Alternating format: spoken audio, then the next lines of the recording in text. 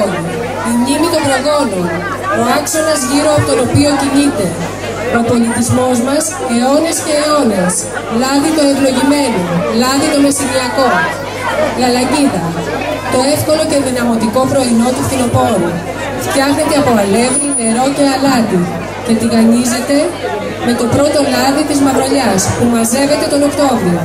Προσφέρεται με μέλι ή με πετινέζι αλλά και με μιτζήθρα. Αυτό το υγρό χρυσάφι είναι δυνατόν να βελτιώσει την υγεία μας, να ανακουφίσει το δέρμα μας και να νοστιμήσει το φαγητό. Η προσκεκλημένη της σημερινής βραδιάς.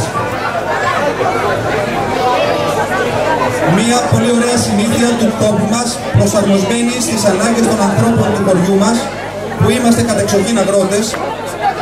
Το να τρώμε νόστιμο φαγητό, όπως λαλακίδες, είναι πολύ δυναμωτικό σαν τροφή, γιατί έχει λάδι και αλεύρι.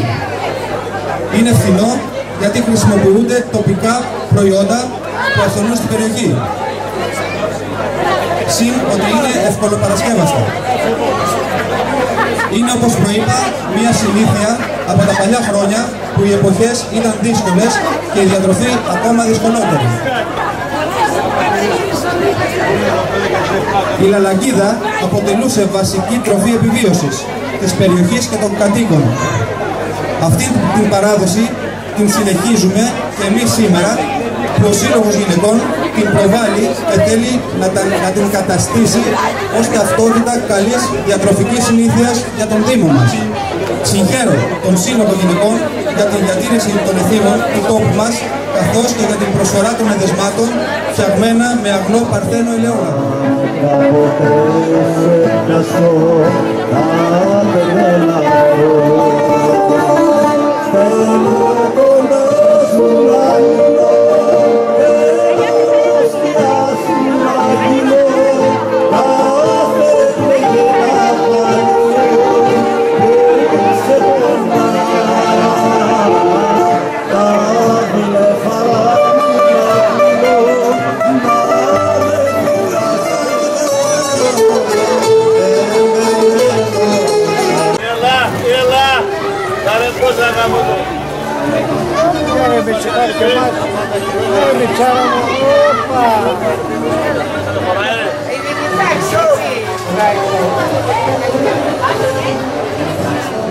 Είναι συγχαρητήρια στην Αναστασία, στην Πρόεδρο, που κάνει κάθε χρόνο αυτά τα πράγματα.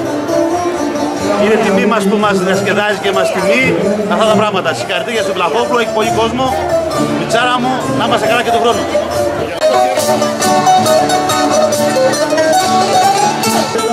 Είμαστε ωραία, χρόνια πολλά, να είναι όλοι καλά.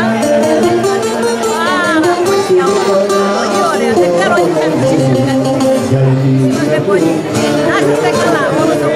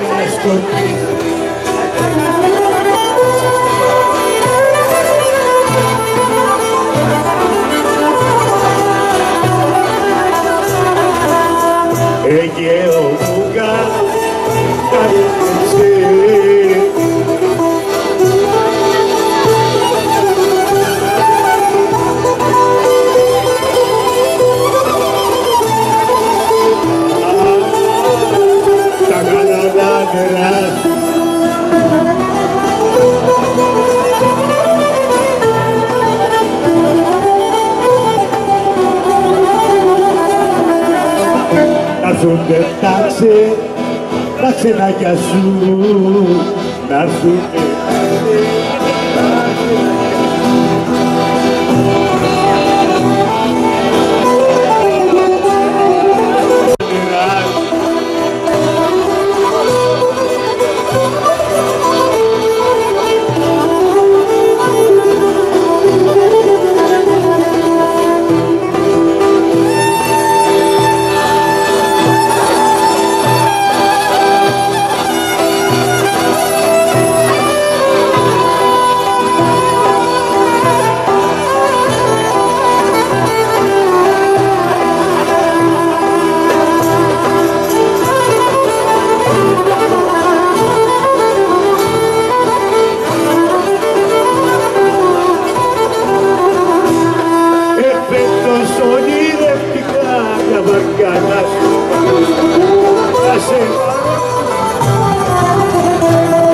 Στην πάρω και στην άξο, τον αέρα σου να αλλάξω, καλημέρα σου.